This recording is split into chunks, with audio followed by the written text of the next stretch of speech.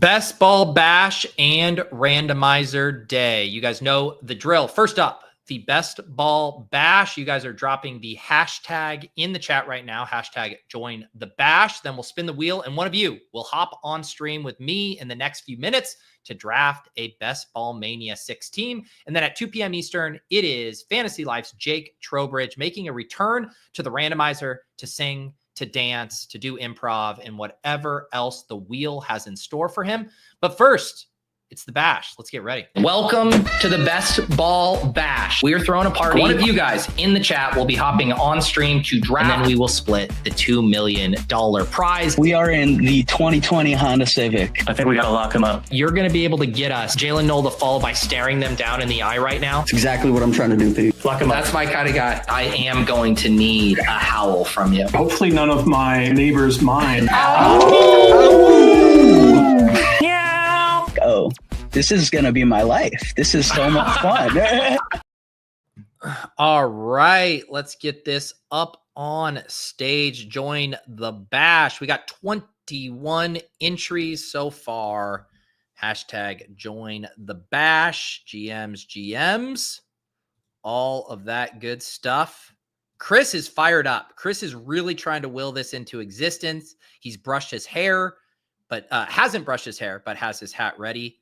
Frankie, it's morning wherever Frankie is. Greg is promising to bring the juice. What else do we got in here? Join the Bosch. Bosch makes great dishwashers. GMs to Fully Loaded. I'll be seeing Fully Loaded in Florida this weekend for the ship chasing meetup. Getting excited for that. Where's the weed guy in the intro? The weed guy. Wow. Yes, he's already part of Best Ball Bash canon. Yeah, we'll see. I do like the intro. Unfortunately, it's not tenable to update the intro before every show. But yeah, we'll maybe try to sneak in another Best Ball Bash intro update at some point. I'm just thinking, man, we do not have too many of these shows left, which is pretty crazy. I mean, today's the 30th, so we have the 6th, the 13th, the 20th, and the 27th. I am not sure if I'll be able to do one on Wednesday, the 3rd. So this is potentially, the 5th to last. Yeah, 4 more after this. So this summer is flying by. We're up to 30 entries here. A nice amount. There's 31. We're going to spin the wheel here in a couple of seconds. Yes, Trevor, the Bosch is one of the hashtags LeBron used when he went to Miami. Hashtag Wade, hashtag bring in my talents, hashtag Bosch. We got randomizer lead writer Matt Wood in a cab coming back from the airport. We got some fun prompts on the wheel here for Jake Trowbridge. Bosch the join. Probably not going to get you on, but I like the creativity. Brett likes a weekend bash one. Yeah, we could probably sneak in another After Dark one. I don't mind that idea at all. I had a string of guests kind of lined up for After Dark recently, but I don't have anything for next week. So I'll go ahead and put like a little placeholder there for maybe a little bash next Saturday, next Friday or Saturday. Actually, it would be next Thursday, next Thursday, because I am traveling again next weekend. But yeah, we can figure out all those logistics. Like and sub. Always appreciate the subscribes. Like I mentioned on Best Ball Breakfast, getting close to 20K subs here on the channel. Will be fun to hit that milestone. But I think it's time to spin. We've been at 31 entries here for the past couple minutes. Let's go ahead and spin here. Big money, big money. My name is on here, so it's just 30 entries. I will not draft with myself if it happens to that. We got BradPalms. BradPalms. I do not know if I recognize this username. I don't know if I've seen them in the chat before. This has the potential to be a surprise guest because I don't know anything about Mr. BradPalms. Brad, let me know what is the best way to get you the StreamYard link. Are you a Discord individual? Are you a Twitter guy? But this is exciting. Most people I recognize in the chat recognize the handle. have some kind of frame of reference. But BradPalms, I'm flying blind here. I'm flying blind. Let's see here. Twitter. All right, Brad. What is your Twitter handle? For some reason in the past, when people are trying to send me DMs, it hasn't been coming through. Is your username BradPalms? Let's see. BradPalms. There's someone from Northwest England with the hashtag, or sorry, with the username BradPalms. A mudgy boy in Manchester. Love cricket, love travel. My opinions are my own. I'm guessing that's not you. Brad, what is your Twitter handle? I fear I'm going to have to DM you because Elon doesn't want me to receive DMs from you people. What other BradPalms can I find on here? Okay, here it is. Fall Guys Bean 32. Okay. All right. Let me send you this link here. I think I do recognize your Twitter handle. The good news, again, I don't have you muted on Twitter, Braden. That's all. That's now my biggest sweat. My biggest sweat, I guess it's one and the same. You know, people wanted like the real weirdos to get on the stream. At this point, it's just hopefully someone I don't find annoying winning the spot. But Fall Guys Bean 32, I don't have muted. Nationally ranked nose blower. We'll have to ask him about this. Bengals betting cat daddy. And then he says, Fliff owes me $74K. So we can find out all about our guy, Braden, here. And speak of the devil, he is here. We got Braden, Fall Guys Bean 32, a.k.a. BradPalms. Welcome to Best Ball Bash. Here we got. Hey, can you hear me? Yeah, I got you. Welcome to the show, my man. All right. How are you? Look at this. This is now another cat appearance here. It's like with Leone on Best Ball Breakfast. It was a couple weeks ago, I think, with Mike Robb, the cat made its way on. What's up with all these cats, man? Yeah, man. This is Daryl. He's our new little guy. So he's just really excited about everything. You probably won't see the old fellas around. Okay. So yeah, let's get to know you here. I think I vaguely recognize your Twitter handle here. Obviously a big Bengals guy, it looks like. Yeah, I got a Chad jersey back there. Grew up with them. I kind of wish I could let go of it. Like a lot of people say they've let go of the laundry, but we're stuck with it, man. We're stuck with it. Yeah, it's funny you say that. I am curious though. You have to ask because it's the hottest topic in best ball. Are you a take Joe Burrow at the 4-5 turn when you have Chase or Higgins, or are you a push him to the 6-7 turn kind of guy? I feel like most years I would have been push him, but I'm just taking him there most of the time, especially if I have two of the guys. Chase is actually my favorite combo, but I'm just taking him there because unless maybe if a couple of the receivers I really like are there at the 4-5, the ones at the next turn there are fine in my opinion too. So it's really not that much of a 2v2 versus missing Burrow so many of those times. So give us a little bit of your backstory. How long have you been a best ball bro? When did you find, the Deposit Kingdom and the channel and all that good stuff? I've been following you for a pretty long time. I think I listened to the Three Donkeys pod a long time ago, which you aren't on, but you were in a lot of the other content that those guys would put out. So that's kind of how I think the first stuff I saw you in was like Gambling Olympics way back when. Or some I remember you were doing something in like a field with like Bales and Levitan. I love that. A field. Yes. Yeah. You're referencing the Broathlon, which where we did like the beer mile and all of that good stuff as mans. That's good. So yeah, there's still a lot of people, loyal fans of the Three Donkeys podcast that still to this day badger those guys. Yeah. I mean, they released a new pod and they're like, yeah, it's going to be a regular thing again. And then just kidding. We'll do one maybe in 3 years. But yeah, I enjoy it. I could see that popping up in a feed at some point, just surprising us there as well. So, and are you currently in Cincinnati, or that's just where your fandom is? I grew up there. I live in Indianapolis now, so not too far. But and what brought you to Indianapolis? Just friends and work and stuff. I lived in a few other places, but I wanted to be closer to the Midwest again, but not necessarily back in Cincinnati. And I could get a much larger house here than I could in like Chicago or something. Gotcha. And what do you do for work? I'm actually a pro gambler is how I classify Ooh, myself. Um, okay. yeah, so I wouldn't say best ball is more of a hobby. I think the EV of each team I'm entering is like I don't think I'm losing money, but if you factor in the time equity, there's just no way I'm making more than like a few dollars an hour. But I enjoy it, but more so NBA is my main bread and butter. So it's kind of the off season. So mainly props and stuff like that for NBA. Um, a lot of props. It was definitely props a few years ago when it was just kind of a lot easier. Had to evolve a little bit. It's probably it's probably a career of mine that's gonna fade away come January 1. But it's been a good run. It's been a really good run.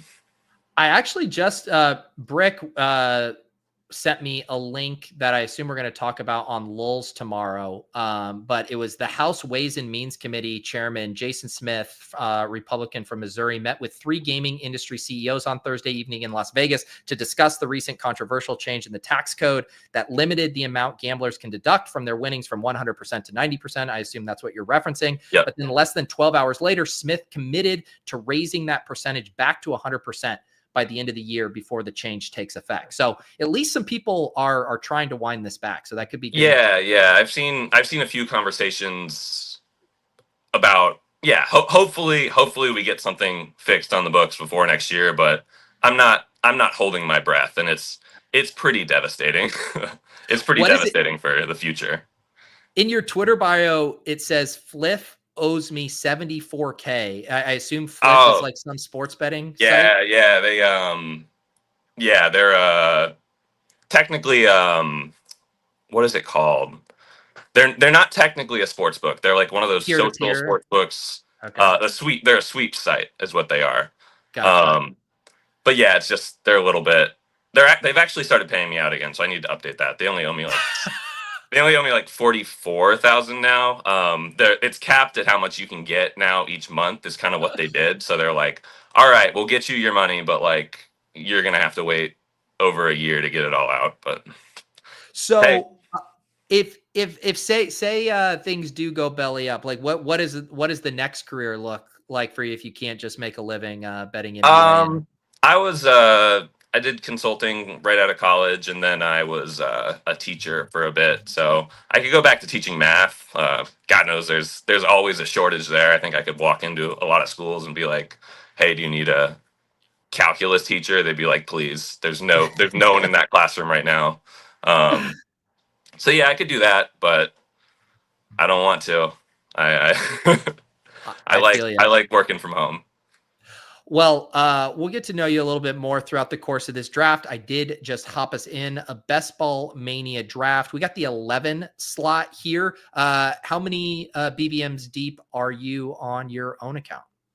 I think I'm about halfway through. I'm mostly in slows. It's honestly I don't know how to feel about it, but with the volume I wanted to do, I was like, I think I'm just gonna grind mostly slows this summer. Maybe do a couple of my BBMs, other flagships, or a couple of the higher stakes ones fast, because I do think there's more edge there. But just to get the volume I want and know I can effectively continue to build like good, smart teams in a relatively time efficient way, I've been grinding the slows. So about halfway through those, and then in a lot of the other contests too on a few different sites.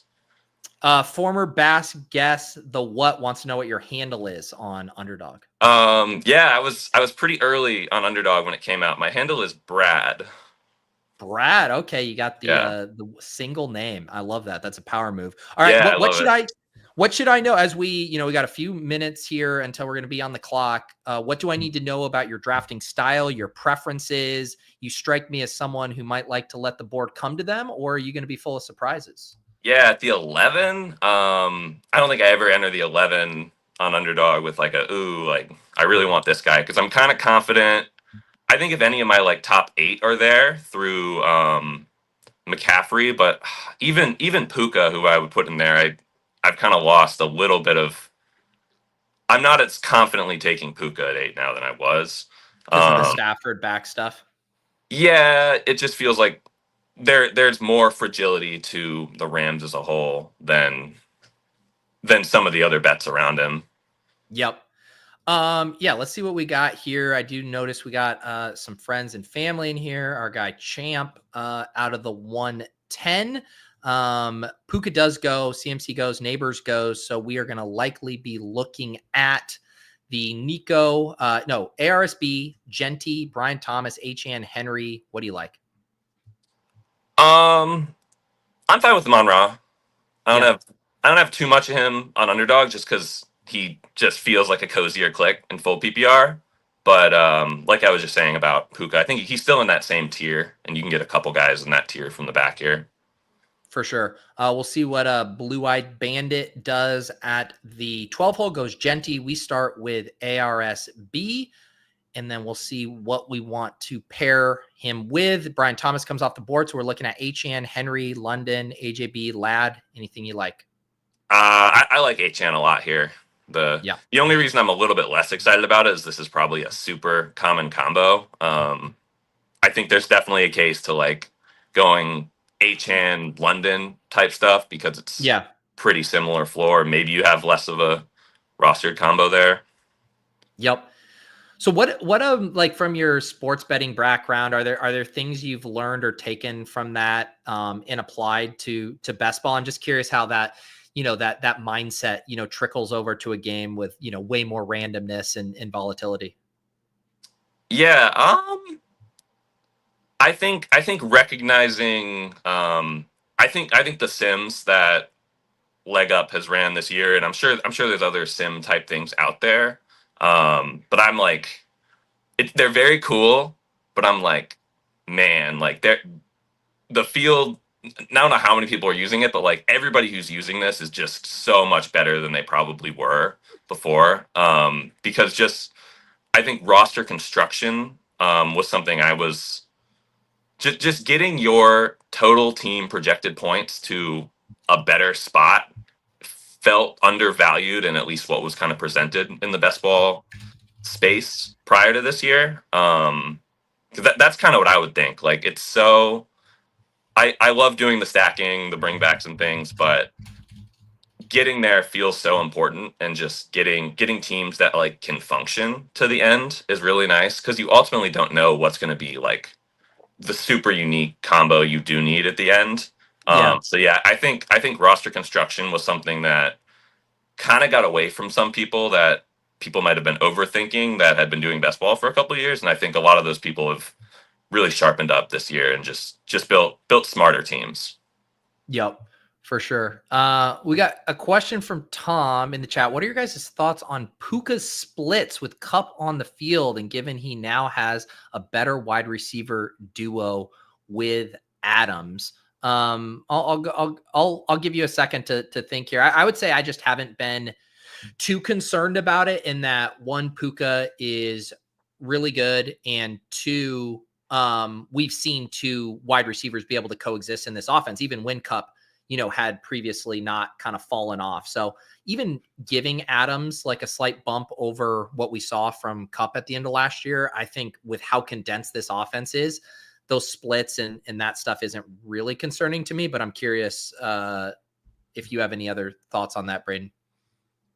I'm not worried about Puka at all. I mean, I feel like every day I get on Twitter and Hayden Winks posted a new chart that has Puka in just like another section of the screen.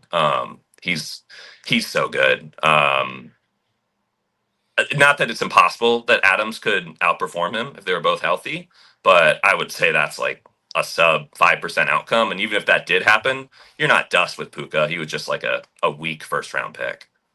Yeah, for sure. And he's just, Puka's just been so good to start his career that I don't really want to overthink things with him. Although Puka with Jimmy Garoppolo is a lot less fun than that's where I'm at. Like that's the way bigger worry for me is not Adams. It's the other things around it. Definitely a worry with Adams too, though. I've really started clicking away from him. I feel like in the last week or so. It is hilarious. It dawned on me the other day of like Adams tried to get away from Jimmy Garoppolo and now might be paired up with him again. Yeah, I saw that on a show yesterday. I was like, I didn't even think about that. All right, we are back on the clock. Kyron, Terry, Rashi, Evans, Kittle, Jaden Daniels here. What do you think? Oh, this is nasty. I'm fine with Kittle. Yeah, let's do it. I'm light on Kittle and BBM. I was mentioning that on Best Ball Breakfast. So yeah, I have no problem pulling him up here. Yeah, JSN going. Yeah, it's kind of a tough spot at this point. Maybe should have gone JSN. I don't hate him there, but no, he went right before. Oh, okay. Yeah. Well, this is kind of, I did the Deposit Kingdom video with Jacob last week, and I actually have a new one out with Sacrilegious. It posted this morning. I literally am halfway through that right now. Yeah, it's on my other screen. So definitely go and check that out today. But both Jacob and Sacrilegious, this idea of just like, you don't have to capitulate to ADP in these dead zones and these flat tiers. You can ignore these spots as this drafter does. I mean, I'll just throw out like Evans is kind of interesting now with all of the uncertainty. Sorry, you cut out. Who's interesting? I was gonna say Evans is kind of interesting these days with the Godwin uncertainty. Yeah, I think ADP chasing, they made a good point. They're like, he gets kind of a boost here. I feel like we're giving it all to Ibuka. Yeah, and also we have Achan, so we get that week 17 there. But yeah, I feel like Evans should actually be the one kind of backfilling into this late third now. Just that he's going to project even a little better than he did before. Yeah, I'm with you there. So we start ARSB, Achan, George Kittle, Mike Evans. And yeah, just to mention that again, a new video out on the Deposit Kingdom channel with Sacrilegious. He shared a lot of the biggest insights he's learned from drafting with the Sims this year. And then we tried to execute some of those in a Best Ball Mania draft. So check that out on the Deposit Kingdom channel. It sounds like are you a bit of a content hound? You consume a lot of Best Ball content?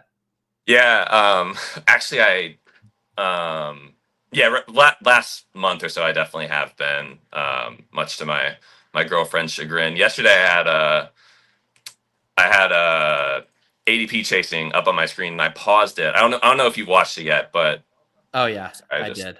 I don't know if you watched it yet, but they had that the graphic. What was it? The slap demon with Ricks, I think. Yeah, with the seal. Yeah. I just had my screen paused on that, and then I like walked out of the room or something, and my girlfriend was in here, and she like took a look at the screen, and she's like, "What?"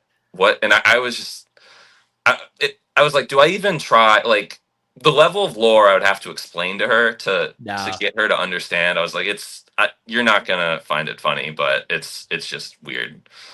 I have to go through that too with like things I tell Lauren or things. And sometimes I'm like, if it requires like 3 or 4 different setups just to get to the punchline, I'm like, I just know. So it's like, it has to be a very clean setup of like, someone said this and this was funny. Yeah. But if you have to start explaining what a slappy is to your girlfriend, then you just got to shut it down. Yeah.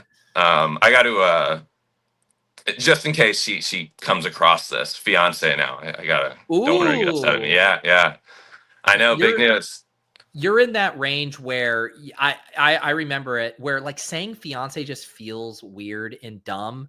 So you just say girlfriend, and yet, if they catch you slipping, she's like, what? Right when you get on the big YouTube stream with nearly 20,000 subs and all of the ladies are watching you, now all you have is a girlfriend and not a fiance. I can see that combo. I know. She's going to be, I don't know. I feel like this will get to her somehow. Is she a Best Ball player or content hound? No, she's done a few contests. She likes to see, I love when she like enters a contest here or there, just because it gives her something to talk about, something to like root for. Because she's not gonna like. People have been like, oh, maybe I should get my girlfriend in like a season-long league. Like, she doesn't want to have to manage it, but if there's a game on and she could be like, oh, do I have any of these guys? And I'll be like, I don't know. Like, let's take a look. That's always fun, but no, she's not really in the street. She's a normal, well acclimated person. Yes, that's always good to hear. What does she think about your quote unquote profession? It was I kind of went kind of went that way right around when we started dating. So I was upfront with her about it, and I mean, as long as we're eating right, I think she'll be all right. Yeah, I think the worst part of it is kind of the hours. We work very, very different hours, obviously, because she's up early, and then not that there's not things to do like in the early morning for betting, but a lot of the stuff I've been doing in the more recent years has been live stuff too. So live NBA games, she's usually trying to go to bed. So Yeah. yeah. Yeah, the hours on that are not typical business hours. All right, we're about to be on the clock. Kamara goes, so we're looking at James Conner, Roma Dunze, Burrow wouldn't be of interest to us. RJ Harvey, Henderson, Olave, Jawan Jennings. What do you think? Connor and Harvey are good here. Yeah. Do you have a preference? You said Henderson's gone, right? No, Henderson is here. Let's take Henderson. I didn't get it in time. That's all right. They're all about the same to me. Yes. Yeah. Yeah. So we grab Connor there, right at ADP. There's no ADP values on the board. So we get Connor to pair with Achane. We have ARSB, Evans, and Kittle so far. My nimble fingers, they're nimble, but not that nimble. But he might come back to us here. Deebo Samuel, Blue Bandit here from the 12 hole is pulling up all kinds of guys. Pickens up to the 3-4 turn, and now Deebo up to the 5-6 turn. So we'll see what they leave us here. Would you want to go Henderson if he makes it back? He does. Yeah, let's do that. Yeah. Get a third running back here. Only 2 wide receivers, but I always like the challenge. And I think more so than ever this year, kind of easier to dig yourself out of these running back heavy starts. Yeah, I just feel so much better. I kind of slipped my mind that this is still kind of a U room, which should probably impact that a little bit. But I like those running backs so much more than the running backs you get to kind of around the next turn. And I still feel pretty good about a lot of the receivers there. Yeah, for sure. Yeah, Henderson is such a fun pick. Achane, Connor, Henderson, a nice little room there. You got the vet in Connor and the baby and Henderson, Achane in between. And then, with ARSB, Evans, get a really nice base at wide receiver. And we'll probably have to get a little creative at wide receiver, because these days at pick 83, it's like everybody's been moving up, obviously like Puka and that. So sometimes the wide receivers might feel a little grosser there, but we'll make it work. Yeah, and I guess Downs is a little worse to me now than he was a couple weeks ago. I probably got a little out of my skis and thinking it was going to be majority dimes, and I think we're all kind of backtracking on that now, which is pretty disappointing. I know, and I'm still. I mean, I mentioned this on Off and on the Clock yesterday. I feel like we're just going to ping pong on this. Richardson will have a meltdown preseason game, and then all of a sudden we'll all be taking dimes again ahead. It's just it almost feels like you play the cheaper one of the quarterbacks and you just keep drafting the receivers at ADP and not getting too over your skis on it. Yeah, I have been really frustrated. I was a big 3 QB guy for the last few years. I was pretty confident it was right in most builds, even if you had a pretty high end QB, and that's very much in vogue now. So it's much harder to get. Getting Stroud in round 17 a few years ago. That was so fun. Even Bryce Young there wasn't a total disaster. Yeah. It's interesting because the quarterback prices are, I still think, very affordable in that 100 to 140 range. But to your point, there's no slam dunk late QBs like there were. I guess Cam Ward is maybe closest to it. Yeah, Guys still probably underpriced. I like Ward a lot. And then Bryce is a fine click there too, because even if you don't have anybody stacked, there's 4 viable Panthers that go after him. Are you spooked on the Renfro stuff for any of your Panther guy bags? So I literally said I'm going to chill on Coker for a little bit. However, I literally just saw an hour ago that he suffered a hamstring injury in practice. Renfro? Yeah. Oh, well, that's so the 2 Colts wide receivers are here, as is Higgins. Aaron Jones here as well. What would you like to do? Even after all that, let's probably go take downs here. Yeah. Yeah, we can grab downs. They also play San Francisco in week 16. So a nice little added correlation boost there. Yeah, this wide receiver range now, with Mooney banged up, Ayuk's timeline obviously a little in doubt. Blue-Eyed Bandits goes Aaron Jones and Brian Robinson. So we're back here. Mason, Pittman, Higgins. You could do Baker if you wanted to stack up Evans or sit on Purdy. What do you think? I'm fine with Baker here unless you really wanted Higgins. I'm good with either of them if you have a preference. No, I went ahead and threw in Mayfield at the last second. I think. Oh, sorry. I'm a little behind, I guess. Yeah. It's all good. I think generally my default would be to grab a fourth wide receiver there, but I like Higgins, but I don't know if he's like that much better of a bet at this point than the Trey Harris and Luther Burden that are cheaper. So I don't mind letting him go. Yeah, and I know you're a big Noel guy, and he's not doing nothing at camp. I was kind of thinking there must not be much about him. I thought he'd be rising a little bit more. Yeah. I think he's just like the way like the market reacts to it's like it's very depth chart focused, where it's like if Jaden Higgins and Nico and Christian Kirk are all healthy, then like people can't envision a path. It's kind of similar to what happened to Ricky Pearsall last year, which is like if we can't envision a clear path to getting on the field, then they kind of get nuked in there. So I'm still holding firm on Noel. I mean, he isn't like an auto click for me in every single draft because you have team needs that late in the draft, but man, anytime you need rookie upside there, he really stands out still. Yeah. And I feel like there's more fun clicks that feel good back there. We're kind of getting to that season of the year where. Yeah. Yes, for sure. Who are some of your most drafted players so far this year? I've been really happy to see Travis Hunter fall into, because I was like, oh man, I would love to be at the very start of basketball season. I was like, I'd love to be really overweight Travis Hunter, but I thought his opening ADP was pretty good. As far as I think he opened at like around 45 on Underdog. At least that's the first price I saw. But now that he's fallen back into that range, where he is now, I like him at that turn a lot.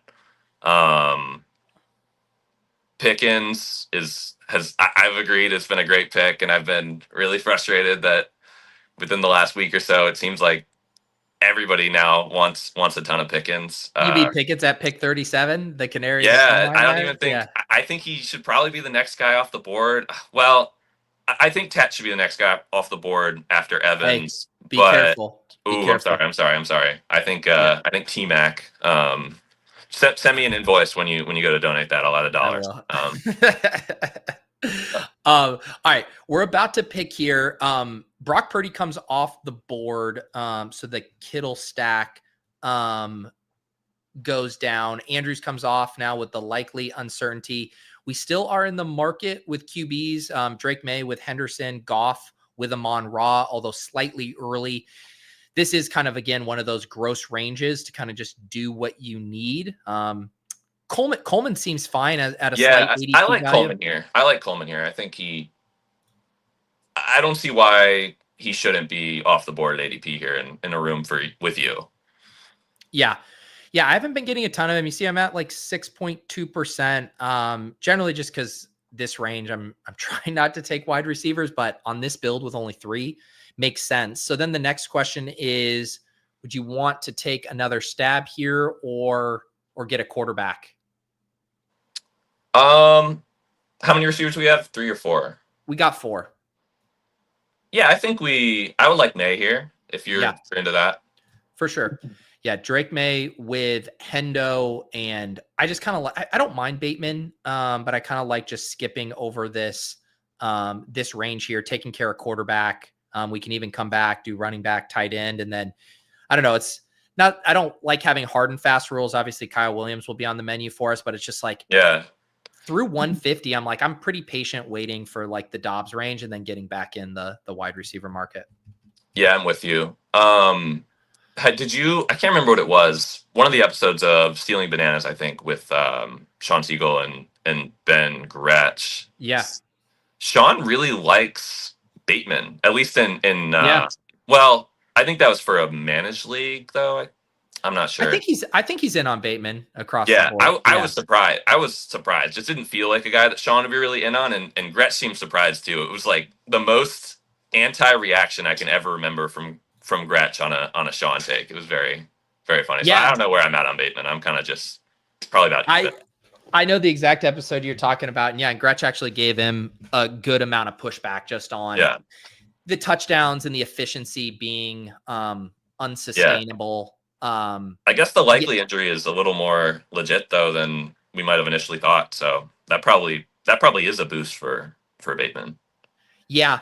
Yeah. I think there's ways where maybe some of the regression could be offset. Like we still don't even, I mean, it's been so long since the Ravens defense hasn't been elite. If they regress a little bit, could see some more throwing. But yeah, he's a guy. It's like we did the whole Rashid Shaheed thing on ship chasing last week. It's just like with these guys, they just don't feel that much different to me than guys who are going 30 picks later, and their ADP seem almost entirely propped up by drafters like ourselves who are like, well, I need a wide receiver. I guess this is the best available. And it's like, maybe they're the best available, but they should probably be just going 40 picks later. Yeah, that I feel like that 100 to 110 range for me for a long time was almost always a quarterback or a Giants running back. Yeah. Yeah, and I don't know, Scatabo, did he go? He finally went, man, the Scatabo range, I got him at 120 on a couple drafts on Monday, and he goes 92 here. So he's really pink. Yeah, I think he's going to flip. I think he's going to flip Tracy with the latest reports. Yeah. That was kind of the assumption I thought was going to happen. But had not yet. Jared Goff goes here. Let me do a quick recap of the team as we head to our 11th round pick. We got our two quarterbacks, Baker Mayfield and Drake May. May and Mayfield. We got Achane, James Conner, and Hendo, our three early running backs. RSB, Evans, Downs, and Coleman. And then George Kittle here at tight end. Guessing, like looking at ADP, this is kind of a running back range here. Nothing really with quarterbacks. We could also entertain a second tight end. And then, Kyle Williams would obviously be interesting with May. Where are you at on Judkins? Like at 130, is this a buying or is he completely off your board? I was taking him a little bit as he started to fall, but I've been sold that he might just be a terrible, terrible pick. So I'm still out on that. Do you want to take Kyle Williams here with May? I think so. All right. Yeah, I don't love it, but I'm fine with it. Yeah, I'm light on him. It's basically just with Drake May that I'm kind of doing it. It sounds like he's having a great camp, but I've also I was before one of those guys where I was like, all right, maybe the bad ADP, in my opinion, is people are going to run a little hot on that if he is just good. But all right, if we pass on Judkins Harris, there's Tootin, there's Ray Davis, there's Dalton Kincaid, there's Dallas Goedert. Real quick, Tootin. Yep, come on down. I'm never going to say no to Tootin. We get him here at 134, our fourth running back here. So we got Baker with Evans. We got Drake May with Henderson and Kyle Williams, the rookie pairings there. Achane, James Conner, and Tootin, the other running backs. ARSB, Evans, Downs, Coleman, along with Kyle Williams and George Kittle there. Yeah, how do you feel about the squad so far? Hopefully we can sneak a solid quarterback at the next turn. Okay. But yeah, I'm happy with this team. I don't think I have teams that look like this that often. What is this track? I feel like everyone, I forget who it was who was a Best Ball Bash guest, and they're like, do this, do this, do this. And they're like, I have no teams that look like this. And I'm like, everybody's coming on here and they use my account for all of their experimentation is what I'm noticing here. Yeah, I don't think I have. Understood. I probably don't have a single team with Keon Coleman and Kyle Williams on it together. That's kind of what I'm looking at. I do have a lot of most of the other guys on this team. I don't have that much Connor. I'm really upset with myself that I was taking Mixon over Connor. Like before the Mixon news officially broke, but I've come around that Connor was just a better pick the entire time, anyways. Yeah. Yeah, Jacob had that take on ADP chasing. Yeah, when I say I've come around, I watched a video where Jacob told me. It's nice when you have the conviction like that, and then the news also breaks your way for sure. Where did Mixon go in this draft? I was like checking on these new guys. So he went 100. Yeah. Here. I'm in all these slows, and I'll open a team up, and I don't have them that much, but every time I do, it's just a sad sigh when you look at the team, and then probably I should make this team stronger at running back than I would otherwise want to. Yep, for sure. Yeah. By the way, when is your wedding? Not till like next fall, so we got a lot of time for me to iron out the fiance thing. We just got engaged on a trip a few weeks ago. Nice. Where did you go? We went out to the Redwoods. It was awesome. Dude, yeah. That is still one of my favorite places I've been. I was just telling a friend about it the other day. The fact that there's like no tourism infrastructure there is like incredible. Did you guys camp or what did you do? We stayed in an Airbnb in Crescent City, I think it was. Yeah. So yeah, it was really nice. I mean, there's not a ton there. As far as like if you go to Zion or a lot of the other parks have like towns that are literally entirely supported by the parks, but the Redwoods are so large, and so sprawling that it's just kind of like people live regularly amongst the area. Yeah, that's what I loved about it. Is just we would go on these hikes and we would maybe see one or two people, and then it's just like some of the most awe-inspiring scenery. You feel like you're in a movie. Yeah. All right, we're about to pick here. One thing I'll say on the quarterback front, the drafter behind us has 3, so I think we can push any quarterback around that. I don't even know who's left on the board at quarterback. Bryce Young, Darnold. Okay. I mean, Bryce is probably the best bet. Yeah. We got 12 seconds here. We could do like let's do Leggett. Yeah, that makes a lot of sense. Yeah. I feel pretty good about Leggett still. I don't think. Oh, you just said Renfro might have gotten hurt anyways, but I think he's pretty insulated. The only other thing I was going to float is like Garendo is here and we have Kittle, but if we want to do the catch up at wide receiver and grab the stack, then I think getting Leggett. Yeah, I think so. I really like Garendo, but I think some more running backs have emerged in the next few rounds that are not quite as good at picks, but very close. All right, so pull the trigger on Bryce Young, get that third QB here. Mm-hmm. Yeah, we also get the week 15 opposite Tampa there as well to keep layering in some of these playoff stacks. And now we got Baker, Drake May, Bryce Young, H.N., James Conner, Trevion Henderson, Bashal Tutin, Amon Ra, Mike Evans, Josh Downs, Keon Coleman, Kyle Williams, Xavier Leggett, and George Kittle. Jake just tuning in. That is indeed an Ocho Cinco jersey. Brad is a Cincy native, now living in Indy. Do you have boots on the ground Indianapolis takes for us? No, I do. I have a friend. I have a friend who works at a country club where apparently like Carson Wentz is still a member there. I guess he loves Indianapolis and just like they have a house here now. But I was like, let me know if anybody else from the Colts is ever coming through and spilling the beans on quarterback. But I don't think there's some big secret. I just don't think anybody knows because the team knows they don't have a good option. Yes. Yeah, that's what we need. We need like crack rock-esque reporters in every city that are essentially kind of like wallflowers at various steakhouses and upscale restaurants passing along, the tidbits we need for our fantasy teams. Yeah. All right, let's get our bearings here. I mean, structurally, we're in good shape. 3, 4, 6, 1. Any other thoughts on this team so far? Things you'd like to do to land the plane?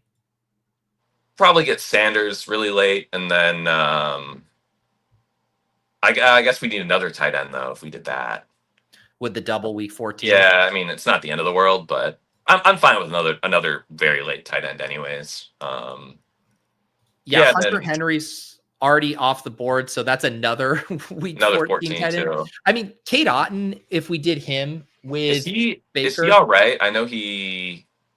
he hasn't been practicing, but I pulled this up the other day. It didn't seem like it was like super bad. He's just being cautious with the hamstring.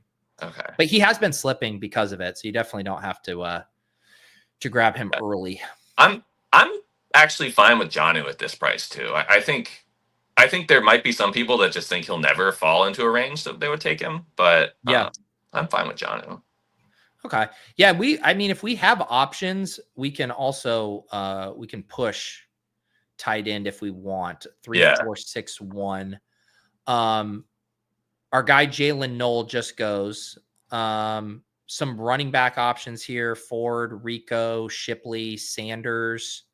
Or we just pull the trigger on the Jonnu thing if you like that. I'd probably go Jonnu here. Okay. Yeah, let's grab Jonnu. Yeah, pick 179 now. I definitely think we finally reached kind of a fair price with his ADP fall. And then what direction would you like to go here? Probably running back or wide receiver. Yeah. I don't have a ton of Ford lately, but I still think he's a fine pick here if he's getting back into practice. And I mean, what if it's not Dylan Sampson and Judkins isn't out there? Right? He'll get some volume. I'm fine with Shipley though too. We have a lot of upside, and I'm not sweating AJ Dillon. Yeah. What do you choose? I'm good. I mean, at this price, like you said, at 182. Let's do Shipley. Okay. I mean, I'm never going to say no to Shipley. So we'll add him there as our 5th running back, 3, 5, 6, 2. 2 more picks to make here on Best Ball Bash with BradPalms, recently engaged professional sports bettor. It's been fun drafting with you. What kind of volume are you aiming to get down in best ball this summer? On a draft basis, I think I'll be over 1,000. I've been the 555 has been running a few decent promos. They're kind of enough to push me into thinking they're good, but those rooms have been sharper than the other drafts that I've been in, which has been a bummer. Yeah. None of the that's the thing too. I feel like the high stakes, there are, whales who will splash around, but they're also probably not splashing around in July. You'll probably catch them right before the season starting. The main event is where to be for those guys, but I don't want to do too many of those in season management. Yeah. Oh yeah. I feel you on that one. 3, 5, 6, 2, Baker, Drake May, Bryce Young, 5 running backs, Achane, Connor, Trevion Henderson, Tootin, and Shipley. Amon-Ra, Mike Evans, Josh Downs, Keon Coleman, Kyle Williams, and Xavier Legette, George Kittle, and Jonnu Smith on the squad so far. Yeah, I like all these receivers at the top right now. I think even though there's more exciting plays, I still think you're getting really good projectable volume, especially with Slayton. Yeah. Yep. Slayton does go off. You jinxed it. Let's see. Would you still do a 3rd tight end with Sanders here? Or just shut it down with Kittle and Jonnu? Yeah, I think Sanders is still worth a pick here. I mean, a lot of the stuff that applies for 3 quarterbacks applies to 3 tight ends to a lesser degree. Yeah. I think it is probably the question of do we get up to 8 wide receivers on this team, or are we in good shape having added Coleman, Kyle Williams, and Legette here? Definitely a lot of boom bust potential there. Yeah. I kind of wish we took 4. I kind of forgot what the rest of our RB room was. Tootin and Shipley there. I mean, I don't know how long we can carry 2 probably zeros for most games. But two chances to hit a home run there. Yeah. So what let's go wide receiver first, and then if we want to consider Sanders, we can. Yoshi has been having a really good camp, has double correlations for us. That would be an option. Coker, obviously, if we want to keep playing the hits. Well, if we're gonna take Sanders, I don't know if I want to triple him. So I'm good Yeah. with Yoshi. I don't have much of him. Yeah, I hadn't been clicking him much. Continue to hear positive things from him. He seems locked in to the third wide receiver role there. So I don't mind grabbing him. Yeah, I had a ton of him last year, and he kind of got lucky on it. He scored a bunch of fluky touchdowns. Yeah. Obviously, I watched a little too much of the Bengals last year, but Yeah. Yeah, he was, but I don't know. There's something too about having a nose for the end zone. You know, Burrow seems to trust him a good bit, which is always nice. So let's see. You want to go? Oh, Sanders went. We got sniped on Sanders, so we can we can do Coker then. I'm fine with Coker. Yeah. Yeah, I think Coker here. I'll just scroll, see if anyone else makes any sense. Calvin Austin, I haven't been really clicking him much. The Denver guys have been getting a little love lately. Yeah, I say we do Coker here. Good with me. I think I'm going to have more. I'm not even going to have that much Jalen Warren, but I'm probably going to have more Jalen Warren than like every other Steeler combined. That's how you know you're a leg up sub if you got more Jalen Warren than everyone alive. All right. Let me read this team to you and let me know what you think. 3-5-8-2, Baker, Drake May, and Bryce Young, Achane, James Conner, Trevion Henderson, Bashal Tootin, and Will Shipley, ARSB, Mike Evans, Josh Downs, Keon Coleman, Kyle Williams, Xavier Legette, Yoshi Voss, and Coker, George Kittle, and Jonnu Smith. Yeah, I think it's solid. I think I wish one more of our running backs was a little bit safer with some ceiling rather than two big swings, but we're trying to win. We're trying to win. What is it? $2 million. So yeah. Yes. Well, yeah. 1 million when we split this down the pipe. But yeah, I mean the Ford versus Shipley, I definitely could have seen the merit just taking the Ford value there.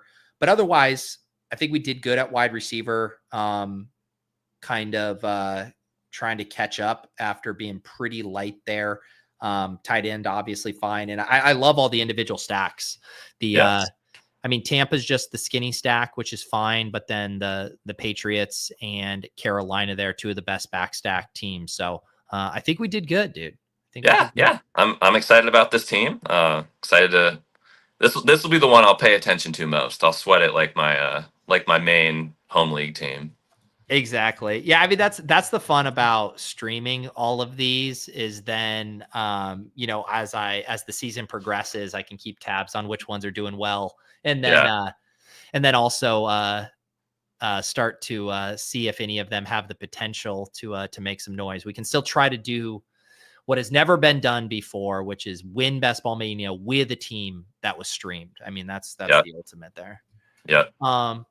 We got a little super chat here from Tom. Good drafting with you. Wish we could trade Shipley and Ford. We both regret.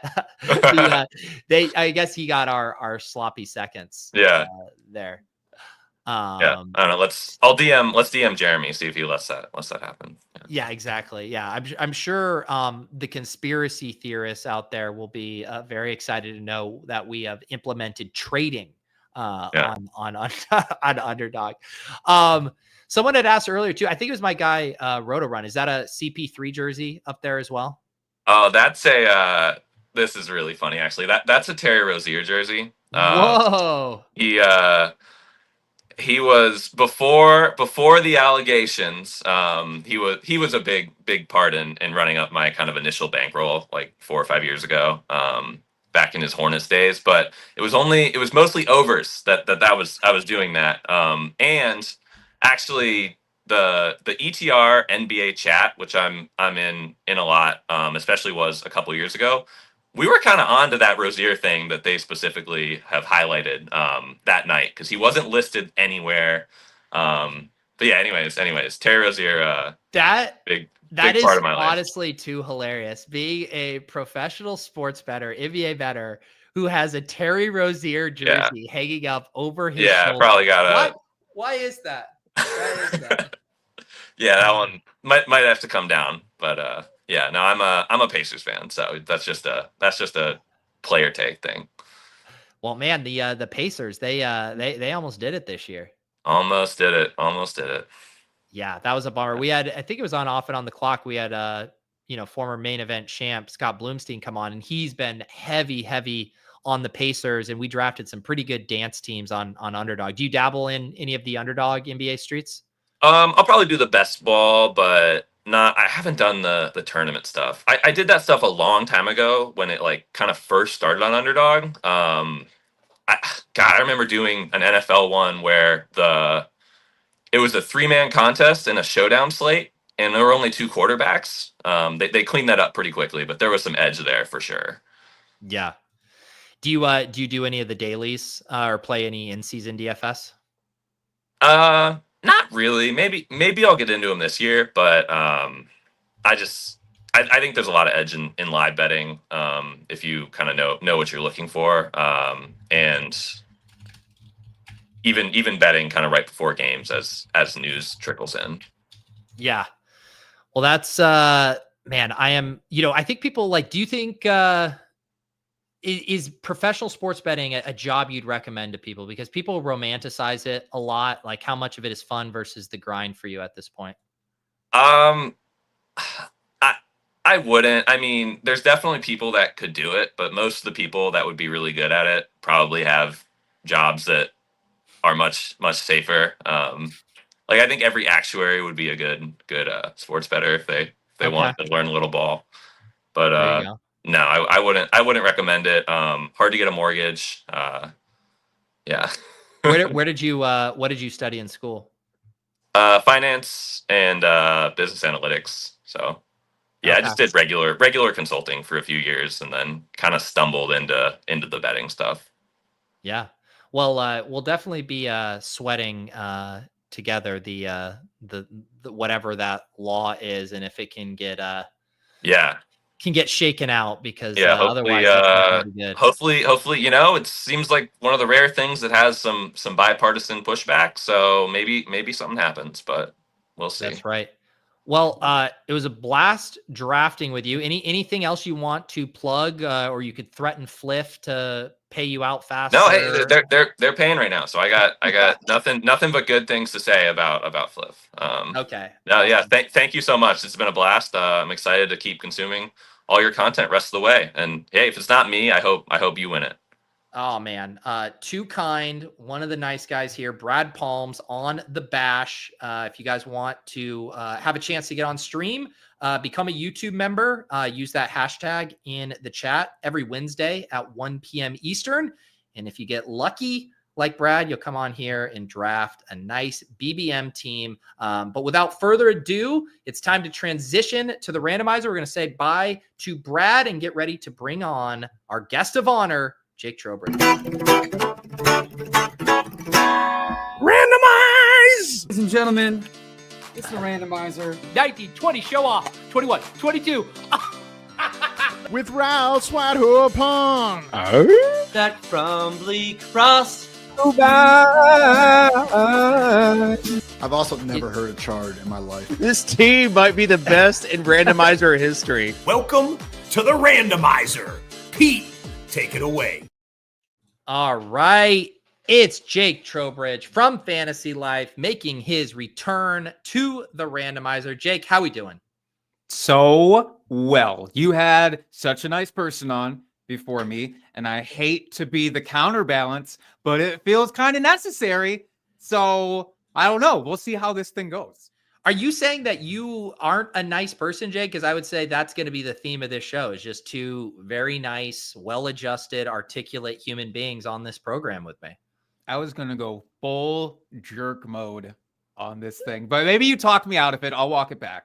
I'll be nice. Well, we'll see. You can come in a jerk, but then the randomizer has a way of humbling you, and that's just how it goes. Real quick, before we chat it up with Jake here a little bit more, I did hop in a $3 private 12-person draft. So if you want to get in and scoop up all of the EV that Jake and I are going to hemorrhage throughout this draft, now is the time. It's 4 left. You go in the lobby, you go down to the $3 drafts, click that 12-person fast draft, and you can hop in here with us. But Jake, how you been this summer? How are things going? It's been great. I'm a little hesitant to say this on this show, but I haven't done a single best ball draft this summer. So you are Whoa. getting my very first. Wow. And this is, I mean, this is one to really kick things off for you, you know, because actually this is great because every one of your drafts after this will go so much better and seem so much easier. I think Right? that's a good place to start. It's like swinging the bat with the weight on it as you're prepping, you know, to actually step up to the plate. Once you take that weight off, I'm expecting home run after home run. So fingers crossed. Exactly. So, yeah, I mean, you've been doing a ton of fantasy content over at Fantasy Life, but you just haven't popped the best ball cherry yet. I just haven't done it. You know why? Last year set such high expectations for me, and I'm afraid that I'm going to get, you know, crushed by that. I'm not going to be able to jump over that bar. Yeah, that you know that is that is fair. For people who aren't familiar, you are a Green Bay homer. Is that correct? Or have things changed on that front?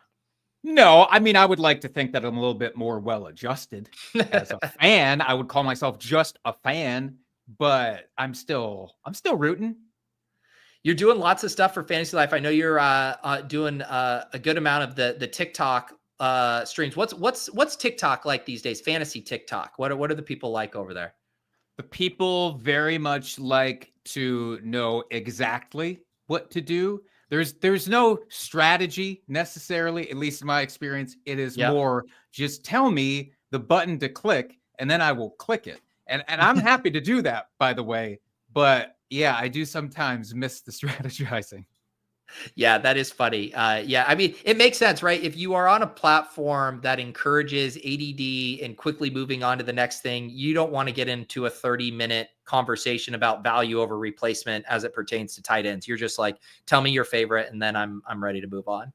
That's right, Pete. I've got all these formulas that I'm just always ready to go through bit by bit, and they never, ever let me get to the formulas. It's really disappointing. It really is. I mean, that's formulas in bio, I think is what you tell them. And then someone will click it, I'm sure. All right, here's the deal, Jake. I got good news and bad news. The good news is this draft is going to start in 10 seconds. The bad news is that we have the dreaded 112 spot. And in randomizer history, the turn picks have been very difficult, both for the guest and for the host. It means I have to do some pre-planning with spinning because doing the spins back-to-back and prompts back-to-back is very difficult. So we are going to stay on top of this. We are going to get underway right now with the Jake Trowbridge 2025 randomizer, and we're going to have to cook here because we're going to be busy. First up, dashboard confessional. Cue the next player whose name sounds like a car. We'll have to brainstorm that together. And Jake must deliver a song atoning for a drafting gaffe caused by the dashboard or heads-up display of his choice to take who he wants. This is already a very tricky improvised song prompt. Let's work through this together. Who around the 1-2 turns name sounds like a car? Sounds like a car. I mean, McConkey, like McConkey. Yes. Right? I like That's that. something. Lad McConkey. Okay, let's see here. Deliver a song atoning for a drafting gap. Yeah, let's do a song about accidentally honking the horn at someone who didn't deserve to have it honked at like that. My bad. I just my hand just went over it.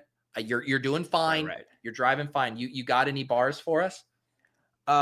You know, I want to make. Could we do like an old school, like a doo-wop, like a? I love it.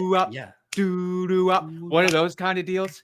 Yeah, let's do it. I honk my horn, a doo-doo-wop, and that was on me. Wop, doo-doo-wop, and maybe this next time, wop, doo-doo-wop, you can honk your horn at me. Up, doo-doo-wop. And beautiful.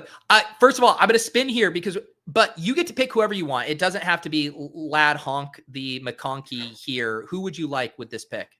No, I want to justify this song. So we're going to go with Lad McConkey. Incredible stuff. All right. The next one, cue Zach Pascal. Malik Neighbors is Jake in this instance, recounts a 2023 discussion he had with his doctor, which I'm going to play here, concerning his toe injury until the next pick to take who he wants. So Malik, tell me here, what's going on with your toe? It hurts.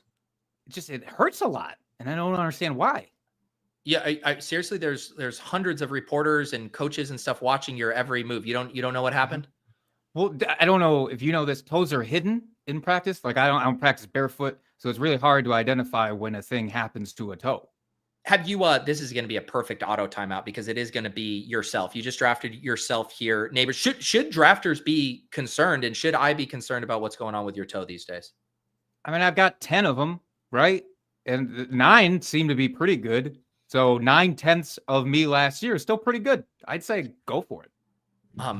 Malik, I just want to tell you something. I know it's 2023. The New York Giants in a year are going to try to draft you, and they are going to surround you with some of the worst quarterback play ever known to man. If there's anything you can do to circumvent this timeline and land on literally any other team, say other than the Browns, make sure you do that. Do I need to break another toe? Yes, I am afraid that is going to be the sacrifice to make to do it. There we go. Malik Neighbors. Man, you went. This I feel like is a randomizer record. Not only did you start the draft off with the 2 prompts, but you got the players that were referenced in the prompt onto the team. I mean, incredible. We're very meta with this draft. We are not taking anything for granted with the now. If that player had not been Malik Neighbors or Larry McConkey, I would have been pretty bummed that we took the people in the prompt. Probably. That's right. The suggestion from the chat on car names. Ford is a good one. Maserati Marv. Terry F1 McLaurin. I just thought of. Ashton for Aston Martin. Is pretty good. So shout out to the chat there with some good suggestions. Yes, as Mookie says, the turn is so tough for the randomizer, but there isn't another guest out there who I don't think or who is as fully equipped to handle this as Jake. And so what we're going to do here, we're going to stay moving with these prompts to make sure we have enough time to get these in. Round 3 prompt here for Jake. This is the nostalgia conspiracy theorist. Okay, we're going to cue Taysom Hill. And Jake tells us the 580 songs which the mainstream media won't talk about and why to take who he wants. This comes from our friend Denny Carter. What are 580 songs the mainstream media won't talk about and why? That's so rude. 5? Okay, I can do this. Pixies, Caribou. Because Caribou are like, I think they're almost gone, like almost entirely gone. And so they don't want to bring that up and then have people ask, where'd all the Caribou go? The English Beat, save it for later, because we should be focused not on savings, never focus on the savings, focus on right now. You got to spend that money, keep that money. Let's go with Queen, Princes of the Universe. That's the theme song to Highlander. We don't talk about Highlander because we're lowland people now. And Highland has actually historically been disproven. We're going to go with the Replacements, Bastards of Young, because you can't say bastards anymore. I probably shouldn't have even said it twice on this podcast. And then 5th, we're going to go, does it have to be a rock song, did he say? No, just any 80s song. We're going to go Whitney. No, we're going to go Huey Lewis and the News. Okay. And we're going to go, I Want a New Drug. I think I shouldn't even have to explain this one, but I'm pretty sure given our current state, there's no new drugs even coming. They're done. I like it. You are going to pass. I do think it's interesting that in this day and age, it seems like a lot of words are getting uncanceled, but for some reason, bastard, though, is still one we're not allowed to say, which is good to know. All right, you're going to pass that prompt. We're going to spin here for the turn pick as we juggle these back-to-back picks. All right, we have a prompt called the Jake Fan Club. We're going to cue Jake Bobo. And you must sing a song verse about wide receivers who play more like tight ends. Jake Bobo, Alan Lazard. But it's in the style of Less Than Jake. Hence the Jake Fan Club to take who he wants. I mean, shout out to the randomizer team. They're putting you in the blender right now. Dude, all I know about Less Than Jake is they're a punk band, but I don't even know if I know any Less Than Jake songs, sadly. You don't have to know any Less Than Jake. Yeah, let's have a punk theme. Okay. Shout out to Jake Bobo tribute song. Wide receivers who play more like tight ends. You think that you're wide, da-na-na-na-na-na, but you're really damn tight, da-na-na-na-na-na. Gonna get you out wide, da-na-na-na-na-na. Gonna win that fight, hey, hey, hey. Used to play basketball in college. Beautiful stuff. Beautiful stuff. All right. You have successfully earned 2 picks here at the 3-4 turn. Maserati Marv is still here. Terry McLaurin, Rashi, I might get suspended. Rice, Evans, Kittle, Daniels. This is your first draft. So all of these ADPs and stuff, these are just, this is all brand new to you. Who do you like? I mean, I've been getting Kittle literally everywhere. And so it's great to see that he just got drafted. That's a real big bummer. I'm kind of in on the Marv comeback. Yeah. I mean, just a little. I think it seems legit. That's 3 wide receivers already, but that's fine. That's fine, Jake. That's welcomed around here. Your second, running backs, you're down to like James Cook, Kenneth Walker. You could do Jaden Daniels. I don't have any Daniels. There's no other tight end that I'm excited about. Let's go back to that wide receiver. I want to see. We're at the very top of the wide receiver at that list. Yeah. McLaurin, Rice, Evans, Worthy, Tedoroya, McMillan. Man, I kind of feel like just giving some Mike Evans respect. I like it. Yep, we drafted Mike Evans with our guest BradPalms right before this. I mean, this is just a good team. Ladd, Malik Neighbors, Marvin Harrison, Mike Evans. Now, I am curious. You said you've been getting a lot of George Kittle, but you told me this is also your first draft. So explain that to me, Jake. Not in best ball, Pete. So there's a bunch of other formats, right? You got your dynasty, you got your redraft. Yeah, there's even daily fantasy. I don't want to blow your mind too hard here, but I've been really scooping him up in redraft and in dynasty. Okay. Yeah, you've been writing some dynasty pieces. Or sorry, am I mixing? Sam writes the dynasty pieces. Did you write some for us as well? I've hopped in there. I've done some dynasty themed newsletters even. Yes. That's what I'm mixing up. Yeah. And also, were you just on the LG show yesterday? I sure was. First go around on the big TV. Pretty psyched about it. And now you're going to get, you'll have like random like aunts and old acquaintances being like, did I just see you on my TV, Jake? And then everything you've done up to this point will now be legitimate to them because of seeing you on that screen. Oh, good. I hope that it helps that I wore a silly hat the whole time. I hope that legitimizes it. I did see the screenshot of you and Gene were in quite some outfits there. All right, let's keep the prompts rolling. Ohio is for lovers.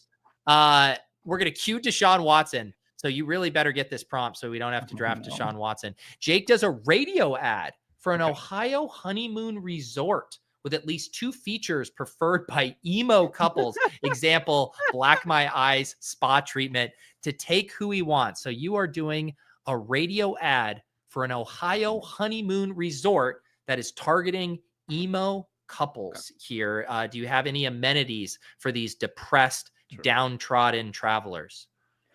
Destination Ohio. Come to the scenery that you will stay indoors and never see. Sit in our renowned darkened closets where you don't have to view an inch of sunlight. Also, we have fully accommodated fishnet stockings and wristbands for your wearing pleasure. Our spa treatments will black your eyes for you if you don't come prepared with it already. Destination Ohio. I like the idea of there being like a pond there with actual fishnets, but it's very clear that these are for fashion choices and not to actually capture fish here. They don't let you take them fishing, in fact. No. For fashion purposes only. All right, let's spin again there. I will be heading to that Ohio bed and breakfast eventually here. All right, Papa Squats. We're going to cue Sion Vaki. And YouTuber Papa Squats, this is a character I'm playing, is going to sell a training plan to a UDFA, an undrafted free agent running back named Jake, that will help him get signed on a 53-man roster. If the chat finds the exchange convincing, take whoever. Real quick before we do this, who do you want? Should we queue up who you want for this first pick? I'll toss Kamara in there if he's looking maybe on there. We could put even James Conner right on the back end. Just two real old souls. All right. I'm Papa Squats. All right. Jake, I love what I've seen from you, kid. I know no one has reached out to you about any contracts, kind of anything.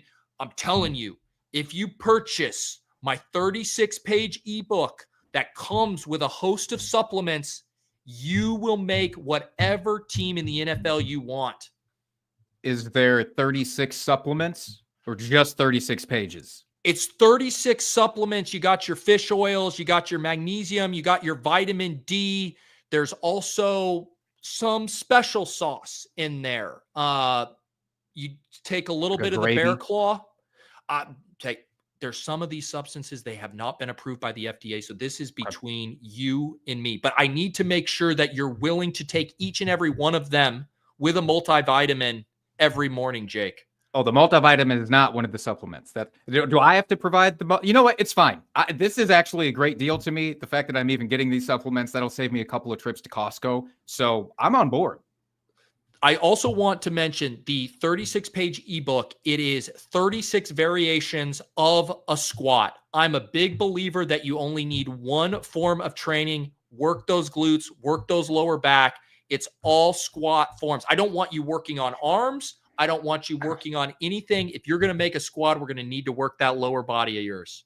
I'll squat the hell out of this. And just one last question, if I may. There's no like secret dollar bill at the end of that ebook somehow that I have to then give to you to prove that I read it. There's nothing like that. There's a secret dollar bill at the beginning. And in fact, it's 4,999 non-secret dollar bills that you have to pay me for this course.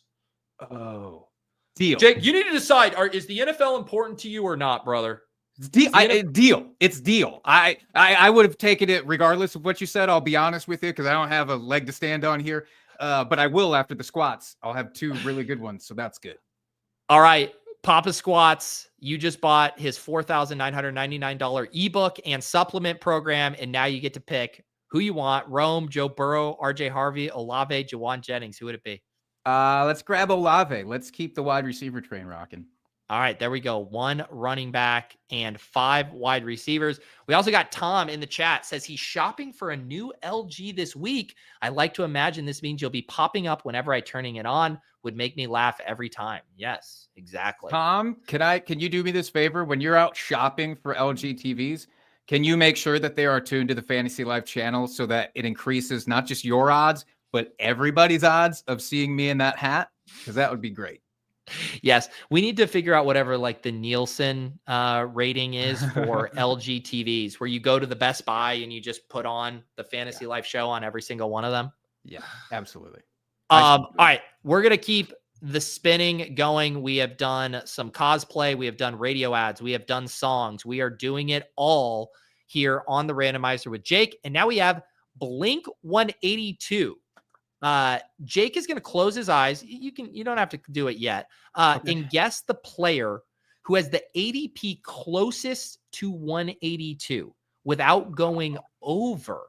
This is tough. If he gets the position or the team correct, you get to take whoever. So you got a little bit of a net here. Okay. Otherwise, we have to take the closest player to ADP 182. So I don't even have to worry about you cheating right now because we're not even close to 182. Sure. But let us know. Talk it out here. Who do you think is closest to 182 and why? Okay. Where do I think that Nick Chubb is right now? Because he was really low, and I don't know if ADP is caught up. So I want to ask Nick Chubb, where are you? Are you close to 182? I think it. Now you're just showing off. You even without the musical prompt, you found a way. Incredible. It might be him or his backfield mate, Woody Marks. Might be. That's like round 16 or something. 182.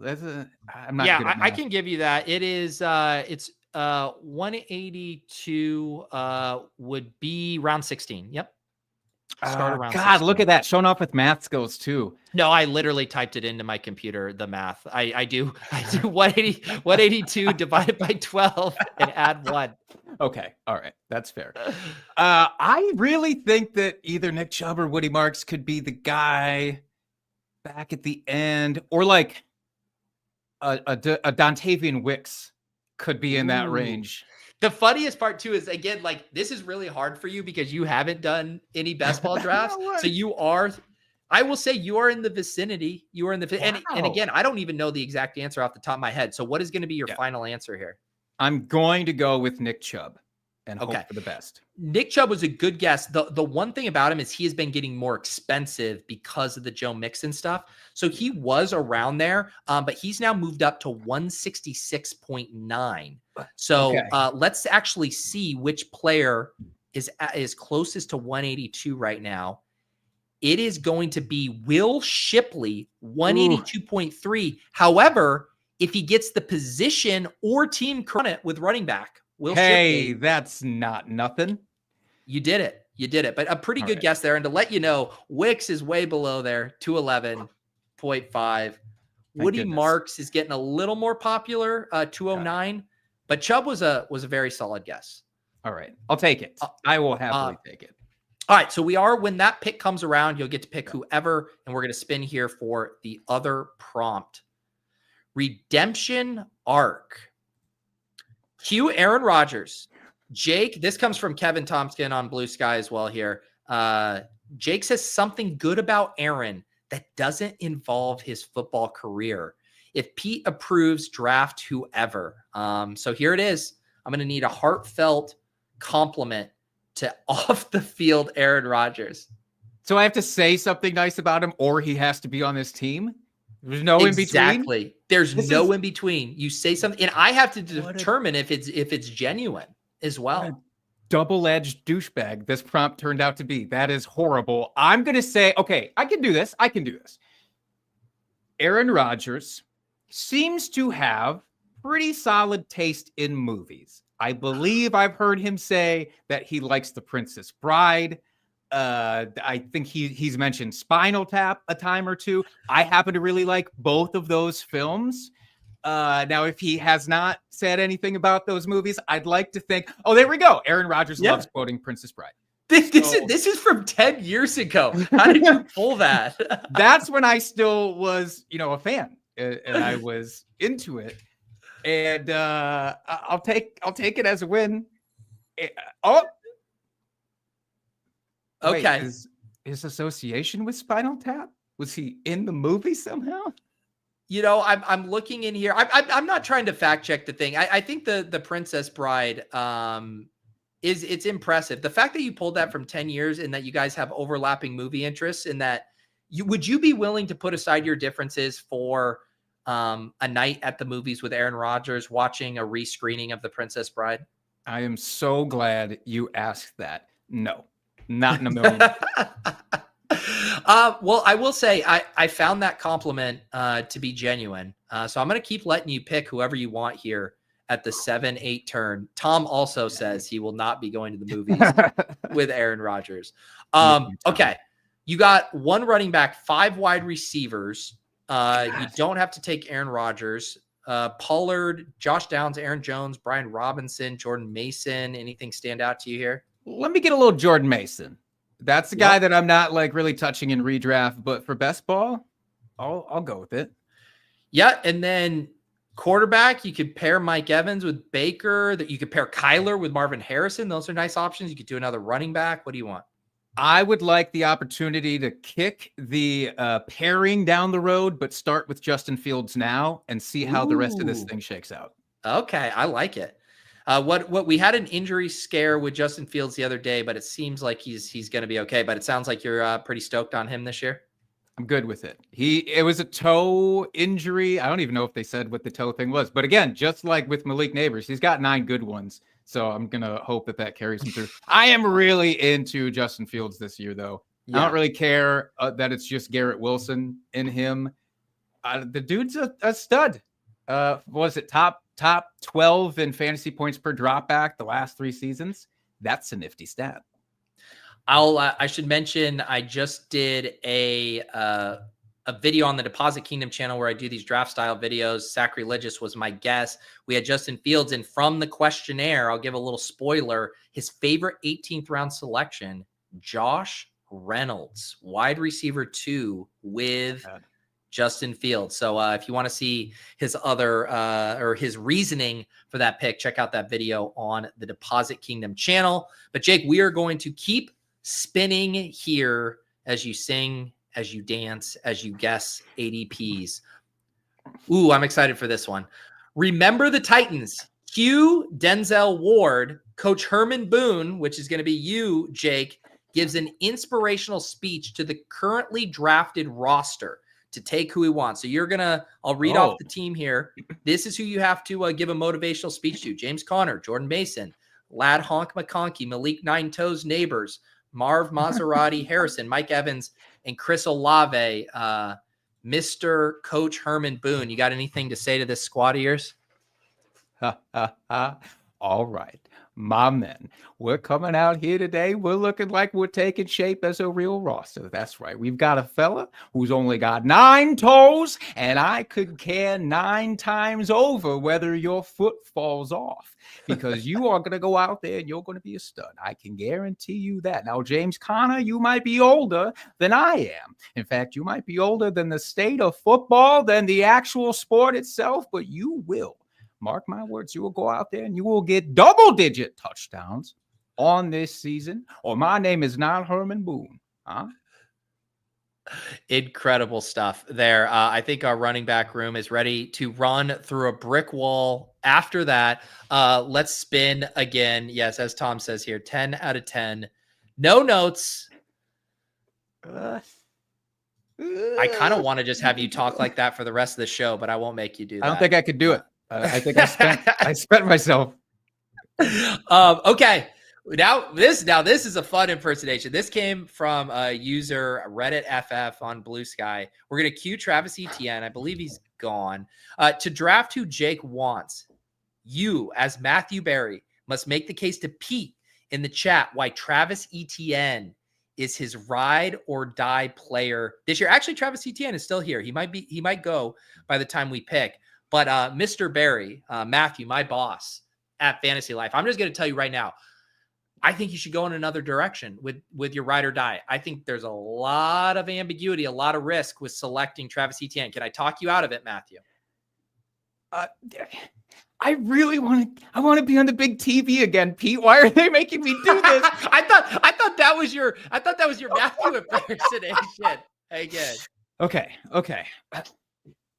Well, you take Travis Etienne at that stage, or you're going to have to take somebody way, way sooner that's as little chance as Travis Etienne has ever had at finishing as a top 10 guy. Why would you bother with any of that? That was a terrible impression. I just want to apologize. He's actually hard to do an impersonation for. Awesome. I think you just got at the end.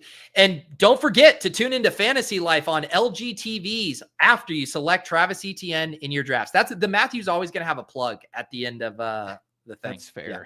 That's fair. I'm just going to say I can't do it because he's a 1 in a million. Huh? Send it. Will you clip this out and send it to him? Yeah. Or you do. He's like, you got to always squeeze in like Travis Etienne, recent Fantasy Life investor, is my ride or die pick for 2025. Okay. That, I appreciate, feeling like you're flying close to the sun there, but you handled that well. And if there's any issues here, my head will roll. This one is on me. It's not your fault, Jake. I'll take that fault for this one. Yeah, as a Commanders fan, I'm surprised. Yeah, we should have had it be like Ja'Cory Krosky Merritt was his ride or die. Okay, Etienne does come back if you want that little theme, or are there any other players you'd like to take here? Judkins, I'm terrified. Yeah, I don't think I'm going to do that. I'm not going to be touching that. Ayuk, I'm terrified. I ain't touching that. None of this is inspiring. Honestly, Travis Etienne might be my preferred pick, and it's on theme. It's on theme. That's the thing. You've been getting, because a lot of times we'll get like cue this player and we've already passed them in the draft. So to be able to get them, I think is just an opportunity we have to take here. You could look at your first tight end. Do you like Ingram, your hometown boy, Tucker Kraft, Njoku? Nah, not really. Njoku's fine. I'm kind of interested in pairing up a tight end later, but because there's no other options, let's go Evan Ingram. Okay. Yeah. There's a positive quote about Ingram yesterday. I want to say he's gonna be fine. Joker in the offense or whatever. I don't know what that even means anymore, but we'll see. That's a movie that you're gonna watch with Aaron Rodgers. I think part of your doubleheader, The Princess Bride and Joker. I'm pretty sure Joker inspired most of his career. If we really analyzed it. Yeah, Aaron Rodgers is the Joker. He should, the players sometimes, go full Halloween when they walk in for the games. I could totally see him dressing up as Joker, walking in. Yeah. So you mentioned drafting your dynasty, some of your other redraft leagues. Who are some of your other favorite targets so far this year? So far this year, I've been getting a lot of Ricky Pearsall to pair up with my George Kittle. Gotcha. Leaning heavily into that. DeAndre Swift, just because his ADP is still so suppressed. I'm guessing it probably is on best ball too, without knowing straight up. Even Roshan Johnson, a little bit. Like if we get to the end of this draft and Roshan's hanging around, I might go ahead and add him up to this if I get the opportunity. That is, of course. Garrett Wilson for sure towards the top of the drafts. Chris Olave in redraft, exclusively redraft, and nowhere near dynasty. I'm also interested in him. Awesome. Yeah, I love the Niners too. Anyways, though, we have another prompt: Ocean, Avenue, or Boulevard of Broken Dreams. We're going to cue the next Green Day Packer. See what we did there. Jake must identify whether 3+ of 5 album cover close-ups. This is a multimedia prompt I'm going to pull up here. Whether they are from bands Green Day or Yellow Card. I think I can do this. All right. Let's see what you got here. Do I need to cover my eyes until you? No. You're good. Okay. You're good. We have answers for them. So is this a Green Day or Yellow Card album cover? Green Day, 1000%. Easy peasy. Easy. 1 of 1. All right. Here's our second one, a little more obscure. Classroom does not say to me, I'm guessing that's a Classroom. That does not say Green Day. I'm going Yellow Card. Correct. 1 for the kids. Well done there. 2 for 2. Here's our third one. Oh, that's Yellow Card. Lights and Sounds is the album, in fact. Yes. Wow. Bonus points. Just like singing Blink 182 on the 182 prompt, getting prompts for the specificity. Do I get an extra pick at the four. end because of this? We'll that has like the artwork style of a Green Day album. I'm going Green Day. Yep. You are on fire. 4 for 4. Can you sweep the board? Final one. Is this the Green Day or Yellow Card crew? That looks a little too Aeropostale era for Green Day. I'm going to go Yellow Card.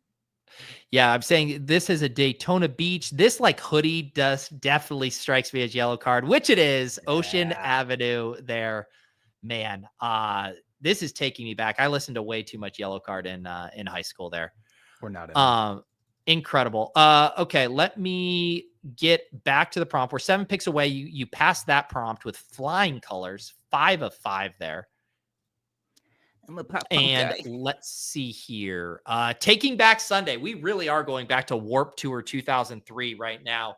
Yeah, man. We're going to cue D'Ernest Johnson, babyface Hulk Hogan. In this case, you, Jake. You're going to cut a promo telling Dwayne "The Rock" Johnson and his United Football League investor cronies, while only the NFL games can be played on Sunday, to take who he wants. So the UFL is encroaching on you, Jake, as the face of the NFL, and you as Hulk Hogan, rest in peace, must tell him why they need to get off your Sunday lawn. Okay. I've got this.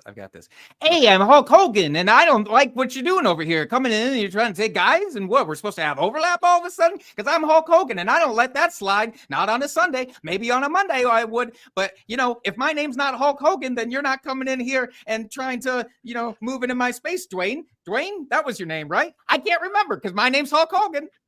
I like your Hulk Hogan also almost sounds like Pee Wee Herman ish there. No, that's like an octave lower. All right, Hulk Hogan here going head to head with Dwayne Johnson. Also, that's Matthew just flexing because Matthew, our head randomizer writer, is actually a UFL season ticket holder in Washington there with the defender. So we knew he had to sneak a UFL related prompt onto the screen. But you're not going to have to take Dearness Johnson. No? You can. We're gonna allow you to pick whoever you want. What position would you like to look at? Boy, I probably could use some running back beef. I don't have much of that. A Bashal Tutin's kind of interesting. I got to get best ball late season mindset here. I don't think Javante is going to be that guy. Not Najee. I might go Tutin. Let's get Tutin in there. I mean, you're talking about one of my favorite clicks. As I said to Brad in the first draft, never going to say no to clicking Tutin, and certainly not going to say no when you earned it. What other position would you like to look at here? Probably not smart. I just realized that I also had Travis Etienne, but you know what? It's going to be a dynamite backfield late in the season. It's a 12-person league. It's fine. It's fine. All right. Where is Mason Taylor still in there for tight ends? I want to make sure why don't we? that stat. You want to just lock him up? Let's lock him up. We can lock it up 40 picks ahead of ADP. Close no enough. issues. No issues. Close enough. Okay, here's the squad so far. 1-4-5-2. We have Justin Fields. Do you know what I just realized? Mason Taylor, that early, you just have gotten bored with passing all of the prompts that you actually wanted like a punishment pick. And you're like, fine, even though I got it right, I'll take Mason Taylor 40 picks ahead of ADP. Because if this team is just good enough where it's like it's actually a decent team, I don't want people to think that this is my actual version of a team. So I have to make it distinct enough where they know, oh, that's a randomizer team, so that they can't fault me for any earlier picks. You know what I'm saying? It's gotta have that cloak. All right. But here's the full team. Fields to Mason Taylor. We did set up that stack, and you were hinting at that early on. James Conner, Jordan Mason in both of the Jags backs, but not Tank Bigsby. Maybe we go for all three of them. Ladd McConkey, Malik Neighbors, Marvin Harrison, Mike Evans, and Chris Olave, along with Ingram at tight end. I mean, for your first team this year, Jake, not too shabby. It's not something I'm gonna, print out and hang on my wall. Probably. We'll see at the end of the season. I might go on. Well, now that you said it, Jake, I am literally going to print off this draft board, put it in the mail, have the Pony Express hike its way up to Wisconsin or wherever you reside, and you will hang this up on your wall. Done. I will put it right behind me next to that, which you can't see. Jake, that would honestly be a good TikTok comedic short where it's like the little kid who has their arts and crafts hung up on the fridge and that your mom's really proud of you for your drafts. And you're like, hey, you see this one, honey? It's got both Jags running backs. We're going to add that for sure. Yeah, that's good. Good job, honey. You did it again. Except that it's like a best ball grinder and you can't even open the fridge because there's just 250 draft boards on top. There's probably some in the freezer that just couldn't fit on the outside of the fridge. Yeah, exactly. I'm sorry, honey, your drafts are no longer impressive or something that we are going to spotlight in this household. In loving memory, we're going to cue Ezekiel Elliott. And in the style of this Iowa Screamo band, Jake and Pete must sing a song dedicated to the recently retired player of their choice to draft who they want. We're gonna do a Screamo song dedicated. Who's a recent retired player? We should Zach Moss. Although I think he was just cut, but it sounds like he might he might retire. Somebody just did earlier this offseason. I can't remember who it was. Well, Darren Waller retired. And then Derek Carr. Retired. Oh, yeah. Derek Carr. There we go. Derek Carr. And he kind of the eyeliner black. Yes. All right. Big Mike Williams. That's another one. Yeah, I like the. All right. Are you familiar with the band In Loving Memory? I can't say Not a bit. Not a bit. I know how to do that echo vocal though. Okay, let me hear it. I'll follow your lead. Okay. Wait, it's in the style. Must sing it dedicated. Okay. To Derek Carr. Derek Carr, you are the best. Derek Carr, you're better suited for music anyways. When I said best, I didn't mean football. Derek, the Rams might need you to throw balls to Devontae Adams again. Black my eyes. The Raiders didn't deserve you. Gino's gonna suck. Come back, Derek. We miss you. We miss you. Okay, I realize we do have to spit again. Oh God. I'm sure as we're blowing out the ears of everyone I'm so here. sorry to everybody.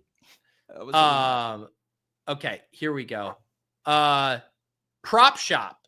We're gonna cue a player known for his accessory choices, and I'm gonna put on a blindfold while Jake retrieves an item from his prop closet to show the chat and describe. If Pete Any guesses prop? the item, yes. So you go get any prop, keep it under the desk until you come back, so I can't see it, and I'll grab something for a blindfold.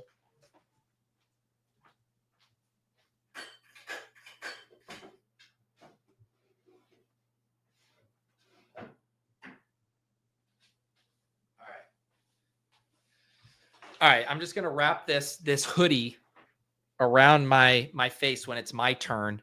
Okay, real quick, Jake, let's make this first pick before we do this. Just who do you want in the queue? You want Trey Benson, Isaac Guerrero, Cedric Tillman, Jack Besh, Douglas? What QBs we still got going on there? I might take a second. I might mess you around, want take a Bryce second. Young, Matthew Stafford, Cam Ward? Let's go ahead and take Cam Ward. Okay. All right, quick. Now describe this to me. I'm going to put this on. Okay. I can hold it up for everybody else now. Yep. Yes. I can't see shit. So this is an adornment to wear on your head. Okay. Or Some a pet's kind of hat. head, to be fair. That's it. Okay. It has horns. Okay. It is bright red. So are they devil horns? Yes. Yes. Okay. It is. So like a has- Halloween like devil costume that could be for a dog or a human. That is correct. Okay. Oh, so it's like, is it like the little, oh yeah. All right. Incredible. Like little rascalsy kind of vibe there. You're going to end up with Trey Benson on this team because you love handcuffing running backs. Tootin and Etienne, and now James Conner and Trey Benson. It's an unbeatable strategy. Tell me it's not. It is. We have 2 sets of picks remaining. Let's spin again here. We have a couple more other multimedia prompts that I'm hoping get up here. Oh, actually, yeah, this is actually one of them. So we're going to play a clip. This is a mea culpa. This is a clip from last time you were on the show. Jake makes a heartfelt apology to Aaron Rodgers for the hex he placed on him on the 2023 stream to take who he wants. Let me pull this up. Do you remember this moment by any chance, Jake? No, I don't at all. All right.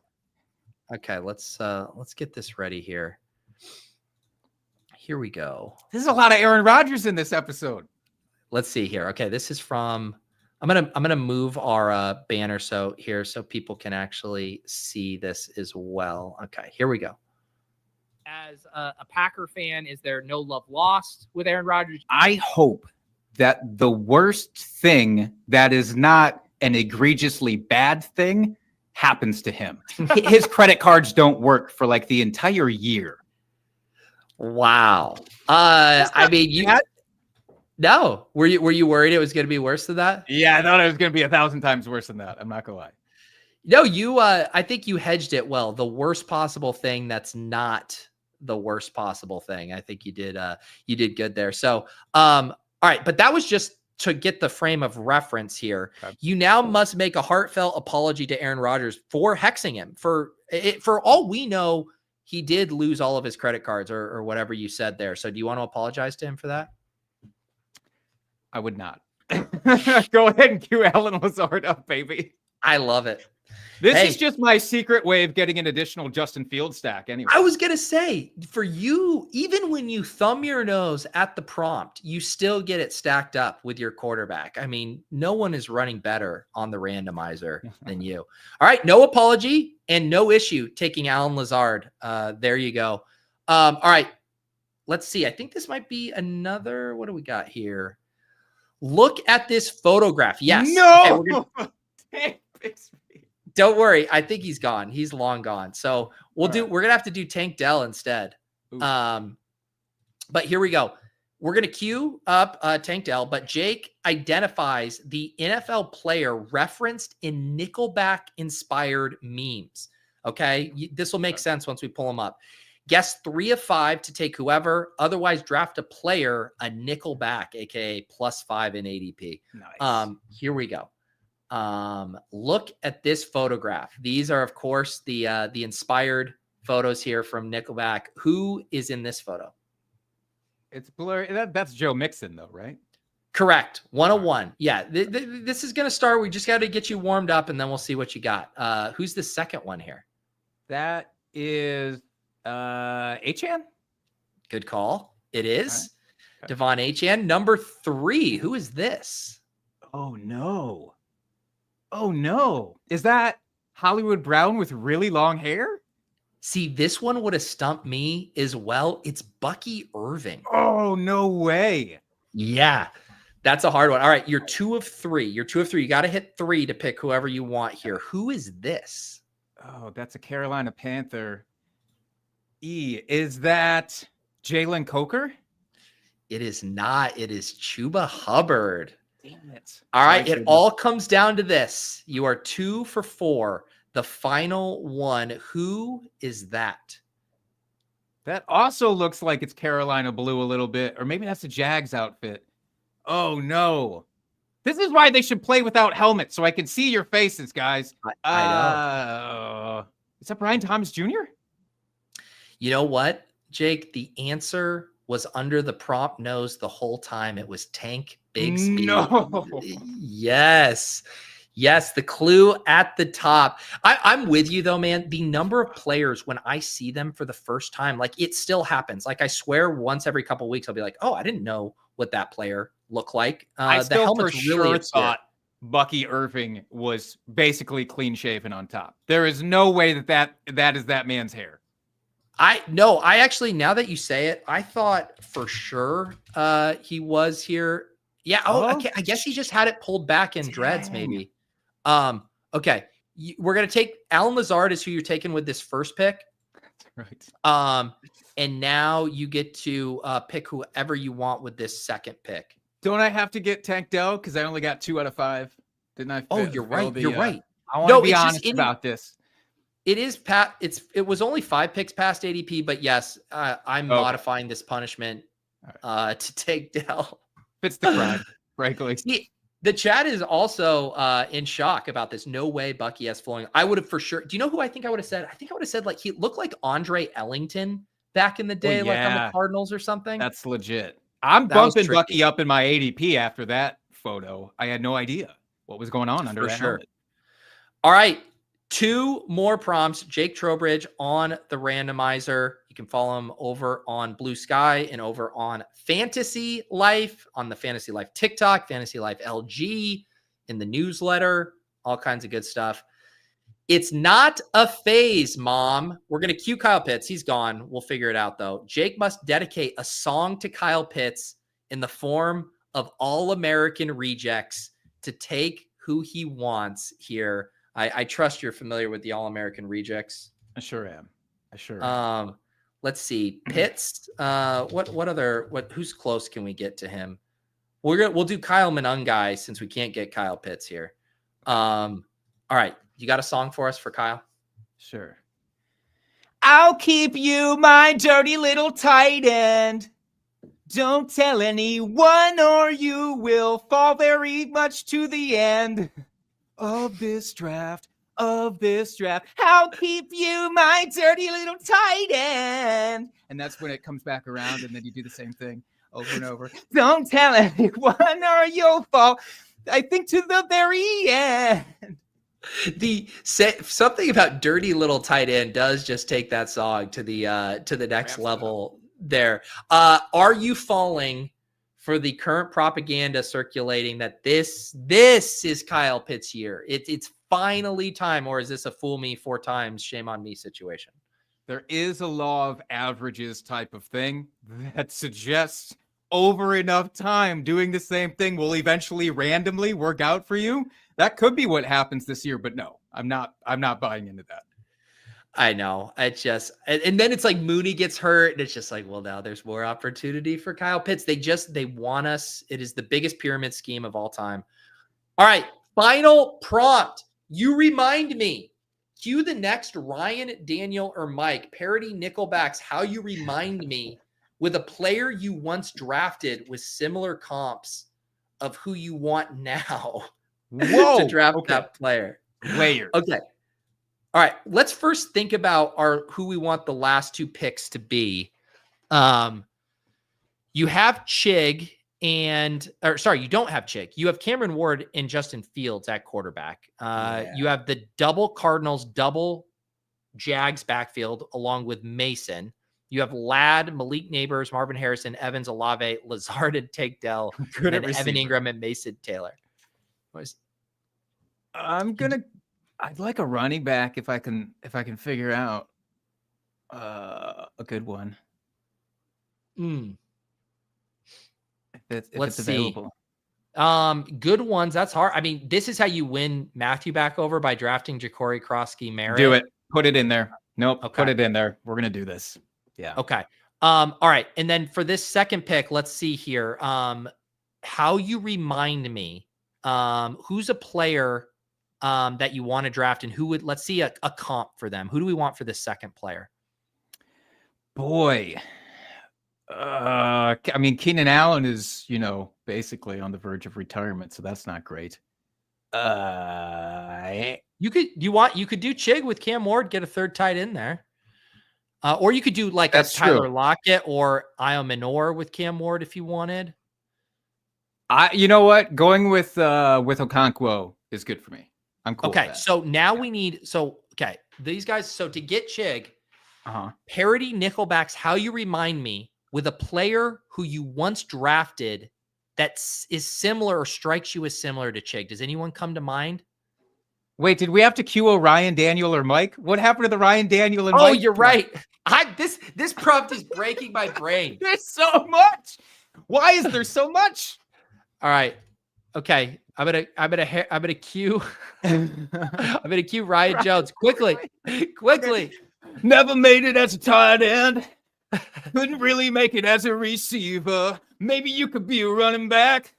But for right now, I'll put you in my queue there. This is how you remind me of a guy I won't draft. This is how you remind me of a guy I won't draft. Incredible. You are definitely earning Chig for that one. No lunch for the writers' room this week. As always, shout out to Matt Wood. Lou does all the help with the multimedia stuff. These guys are prompt machines helping the show stay afloat and getting all kinds of fun stuff for our guests to do. So thank you, as always, to Lou and Matt Wood for their work.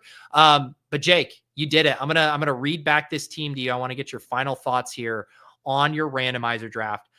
Justin Fields and Cameron Ward.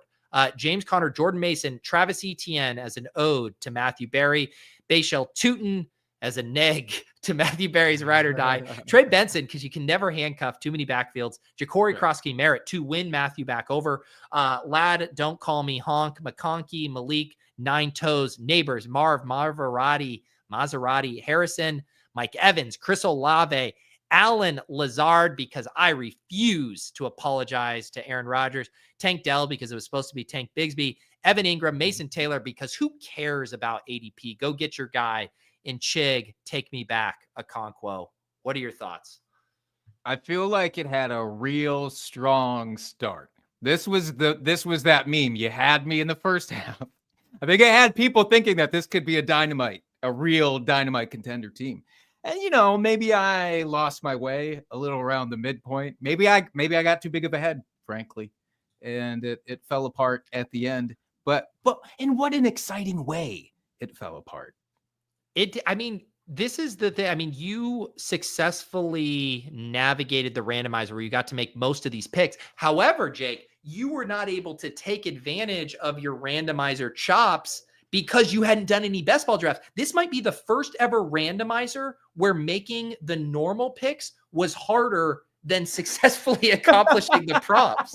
That's incredible. I think you're right. What did I learn from this? That I should probably start best ball drafts a little earlier than the very end of July. Like I said, we're going to print this out.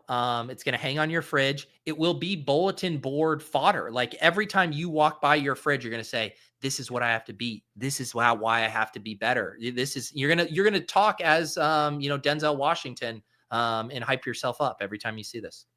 I will. Will my wife like it? No, probably not, but it's going to happen.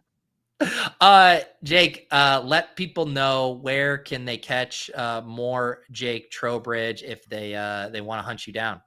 You can go over to Blue Sky. I'm hanging out there at Jake Trowbridge at Blue Sky. However the Blue Sky handles are done, I don't even remember. Just search for my name. You'll find me over there. Same at TikTok. I'm on the Fantasy Life account, also my own.